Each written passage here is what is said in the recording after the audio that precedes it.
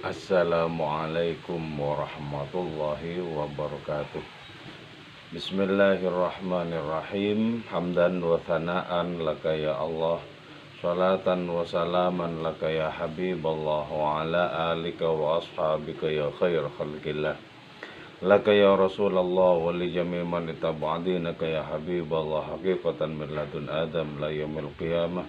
Wa nakhusu khususan min hadrat Syekh Muhyiddin Ibn Arabi qaddasallahu sirrahu radhiyallahu lana wa lahumul Fatihah. A'udzu billahi minasy syaithanir rajim. Bismillahirrahmanirrahim. Alhamdulillahi rabbil alamin. Ar-Rahmanir Rahim. Maliki yaumiddin. Iyyaka na'budu wa iyyaka nasta'in. Ihdinas siratal mustaqim. صراط الذين أنعمت عليهم غير المغضوب عليهم ولا الضالين آمين.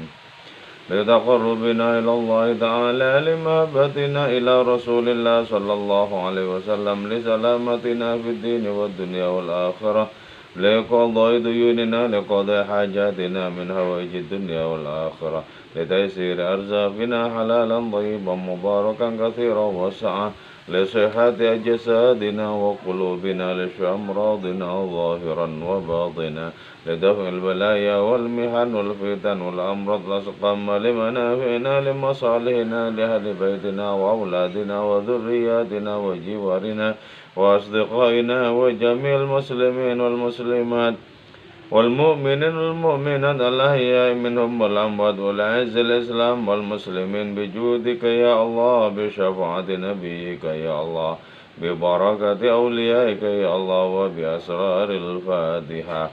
أعوذ بالله من الشيطان الرجيم. بسم الله الرحمن الرحيم. الحمد لله رب العالمين الرحمن الرحيم مالك يوم الدين إياك نعبد وإياك نستعين اهدنا الصراط المستقيم صراط الذين أنعمت عليهم غير المغضوب عليهم ولا الضالين آمين. Kawan-kawanku semua di dunia maya, rahmatullah alaikum ajmain. Alhamdulillahirrabbilalamin, kita bisa melanjutkan kajian serial tentang kitab hikamnya Syekh Muhyiddin Ibn Arabi qaddasallahu sirrahu. Sekarang kita memasuki maqalah yang ke-9. Qala al-musannif rahimahullahu ta'ala wa nafa'ana bi'ulumihi wa maddana bi asrarihi wa afadha alaina min barakatihi wa bikum amin. Bismillahirrahmanirrahim. Bima amalta bihil khalqa yu'amiluka bihil haqq wa mimma amalta bihil haqq yu'amiluka bihil khalq. Oke. Pertama-tama kita membedakan adanya dua hal, yaitu adanya Allah Ta'ala dan adanya ciptaan hadiratnya yang disebut sebagai makhluk. Jadi makhluk-makhluk itu diciptakan oleh Allah. Makhluk-makhluk itu meluncur dari hadiratnya, dan Allah Ta'ala adalah asal usul dari seluruh makhluk yang ada. Nah, bagaimana kita berinteraksi atau memperlakukan makhluk itu, atau juga bagaimana kita berinteraksi, bermuamalah dengan Allah Subhanahu wa Ta'ala. Nah, di sini diungkapkan oleh Syekh Muhyiddin Ibn Arabi, yaitu seberapa intensitas, seberapa nilai interaksimu dengan makhluk, seberapa kasih sayangmu terhadap makhluk, seberapa nilai transendentalmu ketika berinteraksi dengan makhluk, maka seperti itu juga Allah akan memperlakukanmu, Allah akan memperlakukan kita semua. Jadi berinteraksi dengan makhluk itu memiliki efek. Kita mendapatkan interaksi, kita mendapatkan perlakuan dari Tuhan. Nah, ketika kita memperlakukan makhluk dengan sedemikian indahnya, dengan sedemikian belasnya, maka Allah Ta'ala akan memperlakukan kita juga dengan sedemikian indahnya, dengan sedemikian belas kasih dari hadiratnya. Nah, berarti yang perlu kita pahami di sini adalah bahwa makhluk-makhluk itu tak lain adalah dalam tanda kutip buah tangan ilahi. Buah tangan ilahi. Karena itu memperlakukan makhluk harus mempertimbangkan adanya Tuhan di balik makhluk itu sendiri. Itulah kenapa kok tidak boleh kita semena-mena terhadap makhluk. Karena semena-mena terhadap makhluk itu juga menunjukkan adanya perilaku kita yang sama sekali tidak sopan terhadap pencipta makhluk itu sendiri. Jadi kehadiran makhluk dalam kehidupan adalah kehadiran dari bayang-bayang Tuhan itu sendiri. Maka karena itu wajib kita memperhatikan perilaku kita, interaksi kita dengan makhluk. Jangan sampai perilaku kita, interaksi kita dengan makhluk ternodai oleh adanya destruksi, oleh adanya keburukan diri kita. Jadi berarti dengan demikian yang perlu kita tekankan di sini adalah bahwa sesungguhnya memperlakukan makhluk itu substansinya adalah memperlakukan Allah Subhanahu wa Ta'ala. Nah, sebagaimana kita ingin diperlakukan dengan penuh kebaikan oleh makhluk-makhluk, oleh sesama diri kita, demikian pula kita mesti memperlakukan sesama, memperlakukan makhluk itu dengan sedemikian baiknya. Karena jelas bahwa innal khalqa mazahiru af'alillahi ta'ala. Karena sesungguhnya makhluk-makhluk itu adalah mazahir atau manifestasi dari perbuatan Allah. Jadi Allah memiliki perbuatan dan buah dari perbuatan hadiratnya tak lain adalah terwujudnya makhluk itu sendiri. Jadi kalau begitu, apa yang disebut sebagai dimensi horizontal itu tidak mutlak dimensi horizontal. Pada setiap dimensi horizontal ada dimensi vertikal. Nah, karena itu kalau dalam Islam kita berbuat baik itu tidak hanya tertuju kepada dimensi vertikal. Kita berbuat baik harus juga terhadap dimensi horizontal kita. Jadi karena itu agama Islam, terutama dengan keteladanan sang Nabi, itu jelas bahwa mu'ithu liutammima makarimal akhlak. Sabda beliau, aku diutus untuk menyempurnakan kemuliaan akhlak yang sudah dibangun oleh para nabi sebelum beliau. Jadi karena itu output dari keberagaman kita adalah munculnya akhlak yang mulia, akhlak yang baik kepada sesama. Tak peduli apakah keyakinan sesama itu sama dengan diri kita atau tidak, tak peduli apakah keimanan sesama itu, agama sesama itu sama dengan keimanan kita, sama dengan agama kita, tak peduli. Tak peduli karena sebagai manifestasi dari af'alnya Allah Ta'ala, pada dasarnya seluruh makhluk itu suci adanya. Suci adanya. Adapun perbedaan-perbedaan itu tak lain adalah merupakan wujud ujian tentang seberapa kedewasaan spiritualitas kita, kedewasaan rohani diri kita. Jadi seberapa kualitas akhlak kita dalam memperlakukan makhluk, maka seperti itulah kualitas yang dipersembahkan oleh Allah Ta'ala di dalam memperlakukan diri kita. Jadi kita dengan demikian mesti menyediakan hati dan jiwa yang lapang, yang luas, yang tidak terkotori oleh aneka ragam perbedaan, termasuk perbedaan agama sekalipun.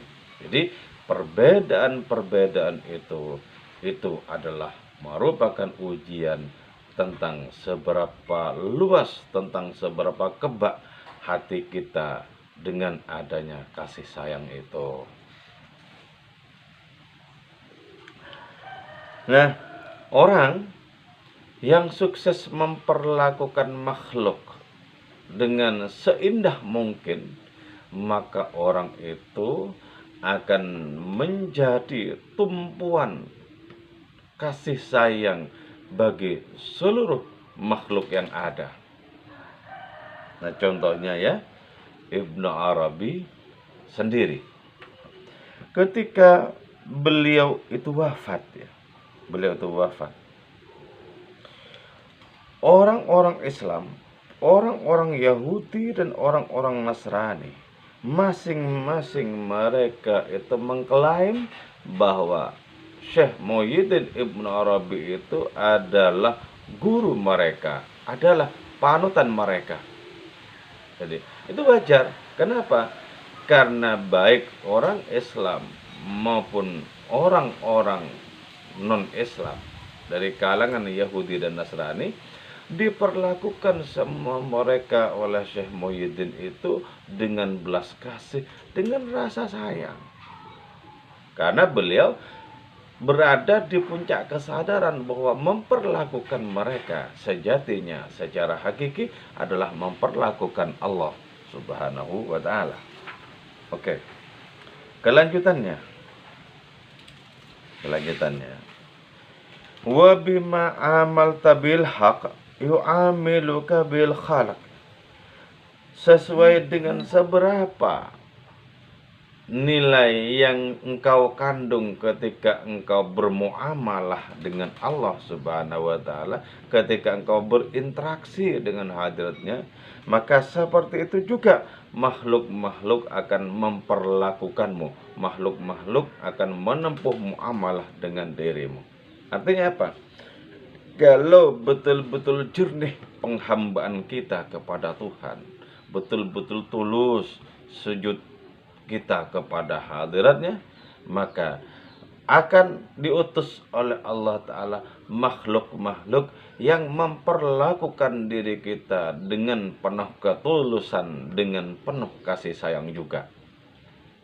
Akan diperlakukan seperti itu. Jadi ini saling memantul ya, saling memantul. Seberapa perlakuan kita kepada makhluk, seperti itulah Allah memperlakukan diri kita. Seberapa kualitas interaksi kita dengan Allah Subhanahu wa Ta'ala, maka makhluk-makhluk berinteraksi dengan diri kita sesuai dengan kualitas kita menempuh hablun minallah, menempuh hubungan vertikal dengan hadiratnya itu.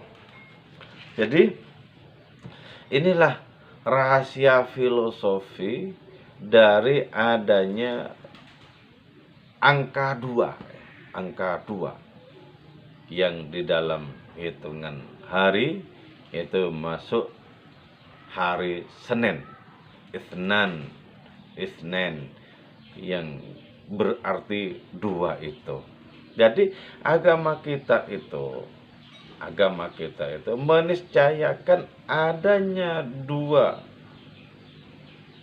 macam interaksi yang mesti sama-sama indah, yang mesti sama-sama apik, sama-sama terpuji. Interaksi ke pinggir, ke arah sesama makhluk harus indah. Interaksi dengan Allah Ta'ala, hubungan vertikal kita dengan hadiratnya itu juga harus indah. Inilah filosofi dari adanya rukuk.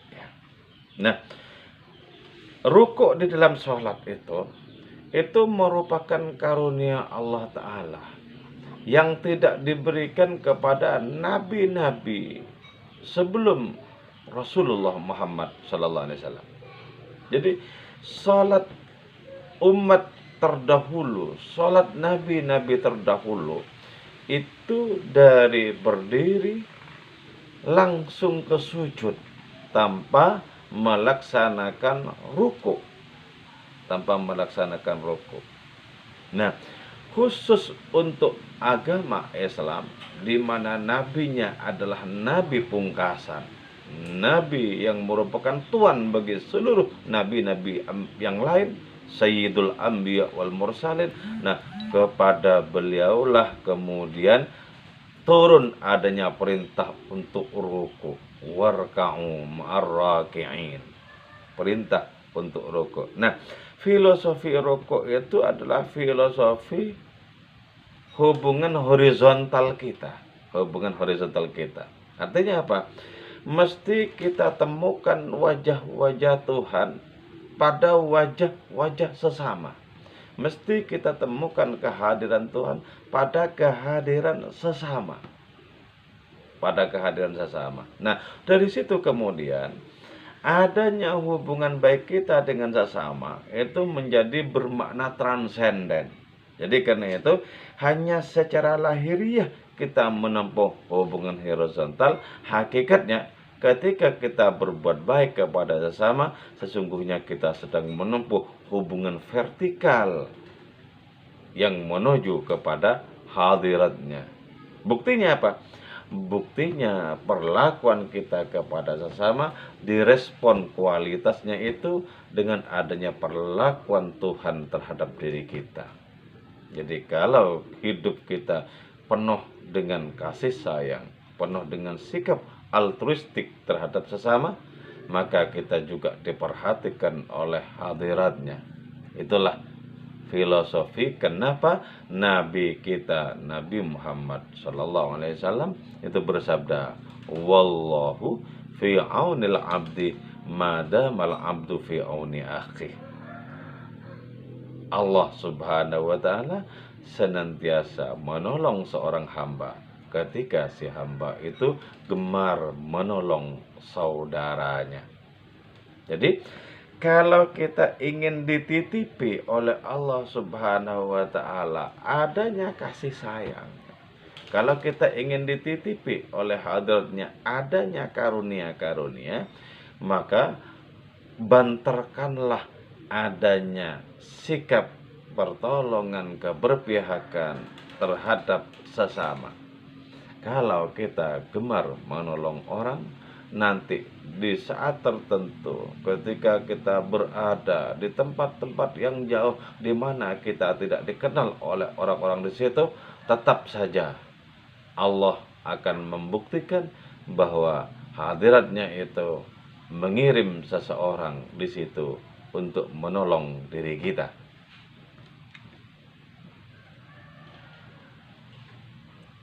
Jadi karena itu juga ya, maka ketika kita memperlakukan Allah Subhanahu wa Ta'ala sebagaimana semestinya, jadi Allah sebagai Tuhan bagi seluruh alam raya, dan kita juga sesama, seluruh partikel dan makhluk yang lain adalah hamba-hambanya. Nah, ketika kita berakhlak di hadapan Tuhan sebagaimana semestinya, maka di saat itulah kemudian Allah Ta'ala menggerakkan orang-orangnya berpihak kepada diri kita. Jadi betapa sangat mengasyikkan ketika kita sudah sanggup menerobos keanekaragaman. Tanda kita sanggup menerobos keanekaragaman yaitu adanya orientasi dari seluruh perbuatan kita tak lain adalah hadiratnya. Tanda bahwa kita sudah sanggup menerobos keanekaragaman, kita sudah tidak lagi dikeruhkan oleh egoisme sempit diri kita. Jadi betapa ini merupakan makalah yang sangat penting bagi diri kita agar kita senantiasa merasa didekap mesra oleh hadiratnya itu. Nah, kalau begitu maka menjadi jelas bahwa kedekatan kita kepada hadiratnya itu sesungguhnya merupakan keniscayaan andaikan kita sanggup menyalangkan mata batin kita, mempertajam batin kita, sehingga perilaku kita merupakan cermin dari akhlak hadiratnya belaka. Oke, saya kira itu yang saya sampaikan. Moga-moga kajian serial dari kitab hikamnya Ibnu Arabi ini senantiasa bermanfaat dan barokah untuk diri kita.